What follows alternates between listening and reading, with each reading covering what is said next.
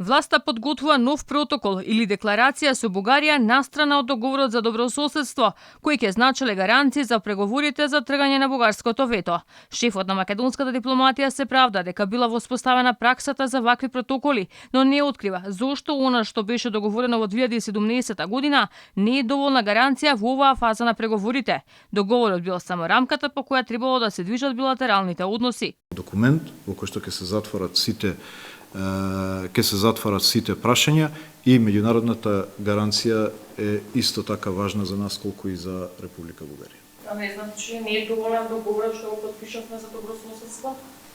За гаранција тој договор е рамката, меѓутоа самиот договор има предвидено инструменти како ќе се следи неговото имплементирање, а бидејќи се бараат дополнителни гаранции од Република Бугарија во тој процес, имаше португалски предлог кој што точно опишува каде што треба да се стави како дополнителна гаранција за страните. Се разбира, и ние бараме наши гаранции и тие гаранции ги гледаме во овие документи кои што ги разговараме. Османи без конкретен одговор дали она што бугарскиот премиер Петков го најави дека заеднички ќе известат Европската комисија, дека Македонија се согласила да го отвори повторно уставот и да ги вметне македонските бугари, ќе стане и предуслов на Брисел за почнување на преговорите.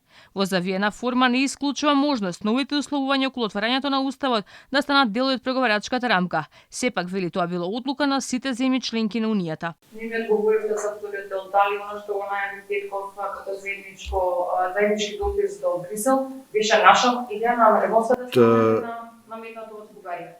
Тоа сакам да кажам. Ние разговараме помеѓу двете страни да имаме гаранции дека ова прашањата кои што ќе бидат договорени ќе бидат имплементирани. И на нас ни треба гаранција и на Република Бугарија, меѓутоа што точно ќе има согласно португалскиот предлог или поинаку, тоа ќе биде предмет на разговори, меѓутоа прво тоа зависи од земјите членки што ќе прифатат, а на крај што ние ќе прифатиме, нашите позиции јасно им се укажани и на партнерите и на Република Бугарија што може, а што не може да биде прифатливо за нас.